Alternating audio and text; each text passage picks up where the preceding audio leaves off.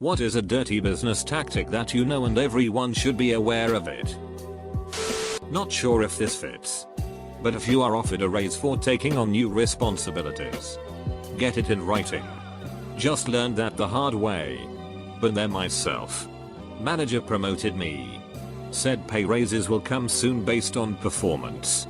Then suddenly he wasn't my manager anymore. No paper trail of the promotion or promised pay raises. But I was still stuck with the extra responsibility. Edit. Previous job. Bet you're as I quit.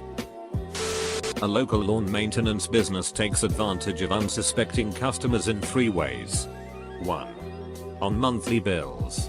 They double the state tax. Instead of being, say, 6%, it'll actually be 12%.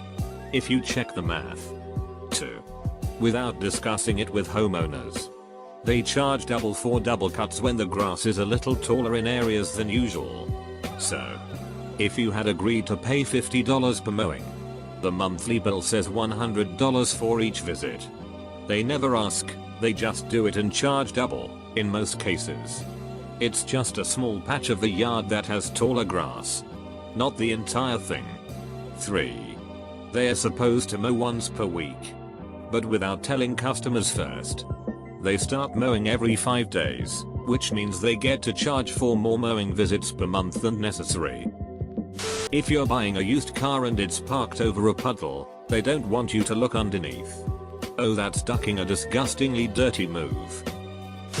An older fellow I know had a bodega and he'd put a can of cream corn on the counter by the register. This was some time ago, so the van had a price tag of $17.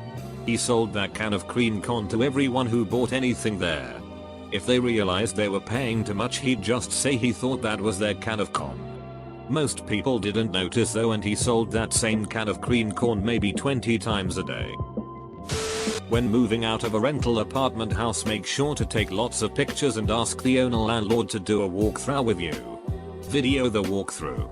That way if they do not give you all your deposit back, you have something to take to court vs a he said which you generally lose. When you turn in cable internet equipment, make sure to get a full receipt showing what they took in and the date it was received. Scan this and email to a couple different email accounts. Comcast and others are bad about losing the equipment a couple years later. After you forget. And then billing you. Sire. Mattress stores that have the find it anywhere else for cheaper. You get your money back. Deal contract with the manufacturer to make the exact same model of bed. But with a model name specific to that store. So nobody can ever cash in on that deal. Best Buy does this as well to avoid price matching. You'll notice a B or something at the end of the product number, which makes it a different product.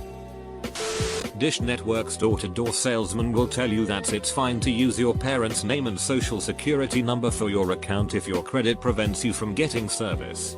This is not okay. It's identity theft.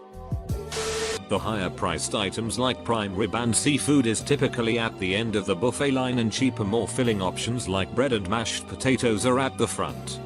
They hope you fill up your plate space, stomach space by the time you get to the high ticket items. If you're buying a used car, or any car for that matter, the check engine light should temporarily come on when you start the vehicle. If it doesn't, the dash has been tampered with to mask a potential issue. In Nova Scotia, Canada, severance pay is paid on the average of your last 30 days of pay. This means that some companies will actually reduce your hours to minimum your last month with them if they are going to lay you off. Happened to me wife. She worked for this company for 5 years. Worked 35 plus hours per week. Suddenly she wasn't getting shifts. Boom. Layoff notice. Happened to other folks too. People lie about salary, starting pay, raises, etc. all the time. Learn to play hardball. For a multi-million-dollar company, another $10 20k is nothing. My office had a lockdown on raises over 3%, and going into an annual review I learned that my boss had lied and underpaid me for the starting position. He claimed they had a $60,000 budget for the position and couldn't exceed it. I found out the last person in the job got paid $75,000. So I got an offer from a competitor for over double my current pay. Knew they couldn't afford to lose me with the amount of work coming in. And slid my offer letter over to my boss during the review. They matched the offer. Gave me a $10,000 bonus up front. And even cut me into a percentage of a business line. The meeting was awkward as hell. And it was difficult to do. But it's business. When finding a home for your elderly parents, set up an appointment but come in a few minutes early and say, don't ask if you can walk around for a quick look. The receptionist likely won't refuse you. And the salesperson won't be ready for you. These places like to show you only the stuff they want you to see when being led around by a salesperson. Chat with a resident or a staff member. They'll be the most honest with you. I waited tables in a restaurant and one time I decided to pour a cup of soup into an empty bowl. A bowl of soup costs a good bit more than a cup of soup at the restaurant. The cup filled up the bowl to the top. Yeah, you see this a lot. I'm always suspicious when different sizes come with changes in width vs height instead of both. When I worked at Hand, we used to do some sneaky stuff with setting up the mannequins displays. Whenever we had a supply of shirts that were really ugly and weren't selling well, we'd put the ugly item on the mannequin and it would sell out very quickly. This isn't necessarily the dirtiest trick, but it worked pretty well for pushing really ugly clothes. Yelp is an extortion ring. As a business owner, I can tell you this is totally true. The number of professional reviews are insane. If a business will not advertise with them, they send in a person to do a bad review and then try to charge you to make it go away so you can maintain your rating. Fake reviews. I worked for a startup that had a sleazy CEO and got most, if not all, of their business by fake Yelp, Google, Glassdoor and other review sites in our industry. CEO was a compulsive liar and had no morals. Side note, I left the company and shit went straight downhill as it was a house of cards anyway and I had a key position. The CEO ended up calling his business partner of 3 years and telling him that all the money was gone and he is leaving the country forever. Then didn't leave. He still has the company open with a much smaller staff and can only imagine what he is saying to keep it afloat. Okay, done with the rant. It is easy to see fake reviews now since they are usually a bit more eccentric and polished, and I have lost all faith in them. Offering insurance on anything that does not have the potential to be financially debilitating. Want to insure your DVD rental? Duck off. Jacking Google business pages. Basically, if a Google business listing isn't claimed and controlled by a company, a competing company can weasel their way in and direct people to their business by, say, changing the phone number. There was an article recently about how drug counselors in the Philadelphia area had it happen to them. Their listing phone number was changed to an 800 number, which directed callers to an inpatient rehab facility in Florida. It was discovered when one of these counselors started noticing his patients suddenly not showing up. He called one of them and found out he was at this facility in Florida. The 3-tiered pricing approach. Especially for things like roofing or basement waterproofing. The contractor starts with a ridiculously high-priced quote for way more stuff than you asked for. Steps down to a more moderate quote of what you wanted with a few bells and whistles.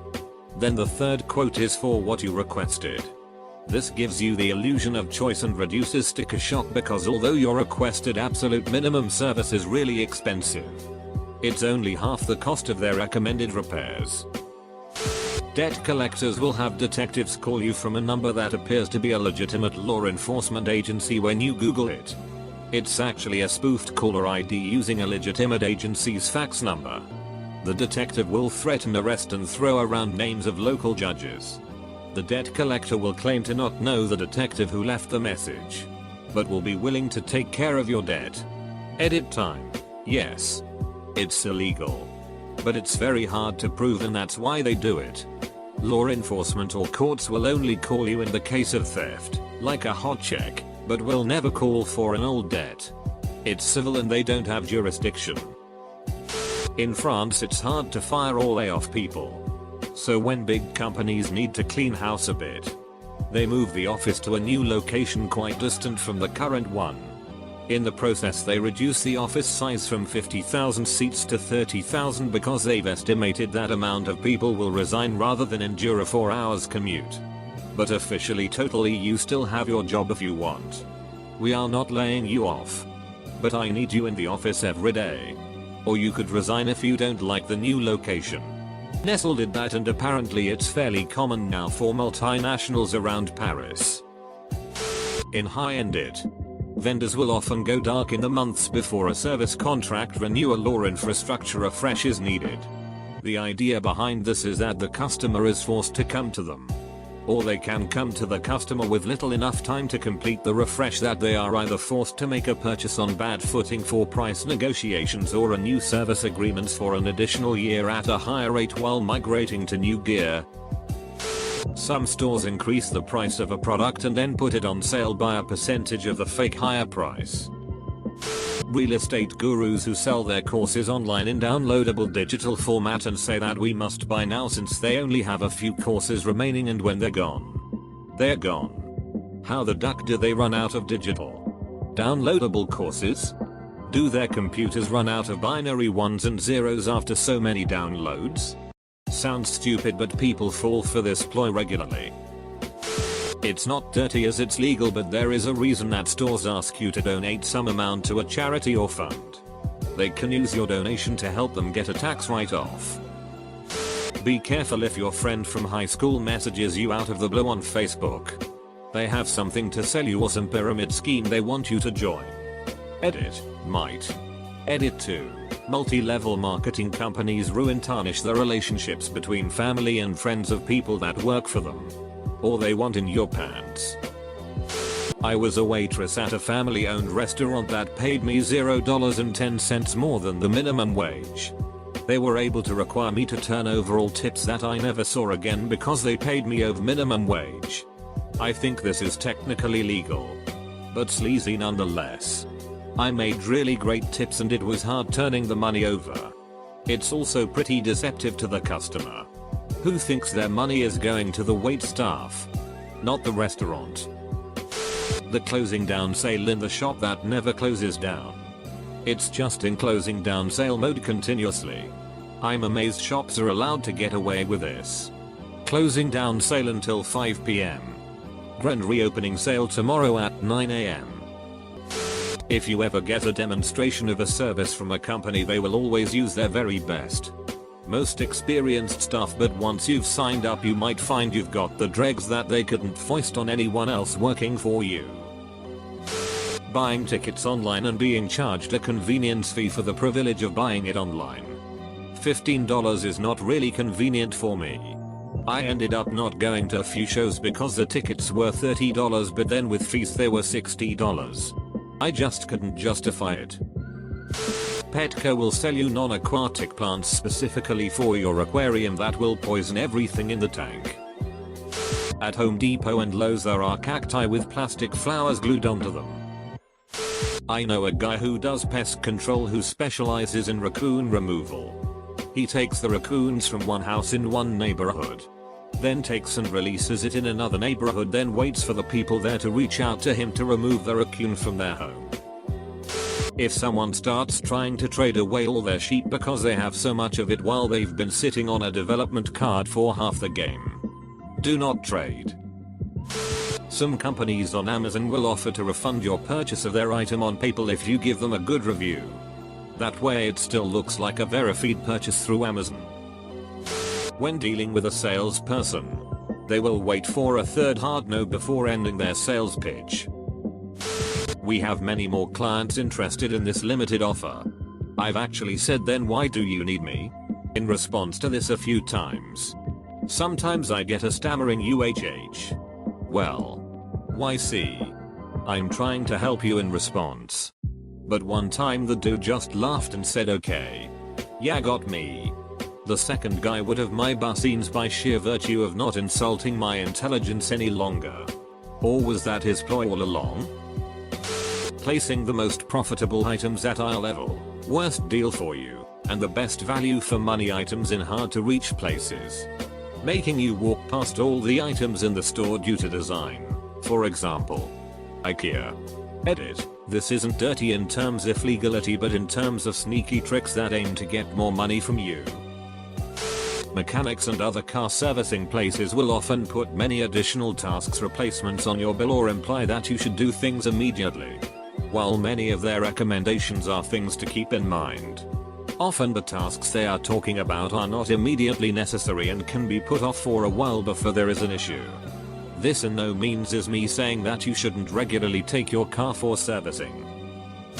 Places that change your oil put a sticker on your windshield to remind you to get it changed again after 3,000 miles. In reality you could go at least double that distance and it will probably be fine. When my grandmother was in the hospital, her landscaper and handyman both contacted me to tell me she hadn't paid them and they'd been trying to reach her and on and on. I'd already paid both bills from her account and when I questioned them, they remembered real quick.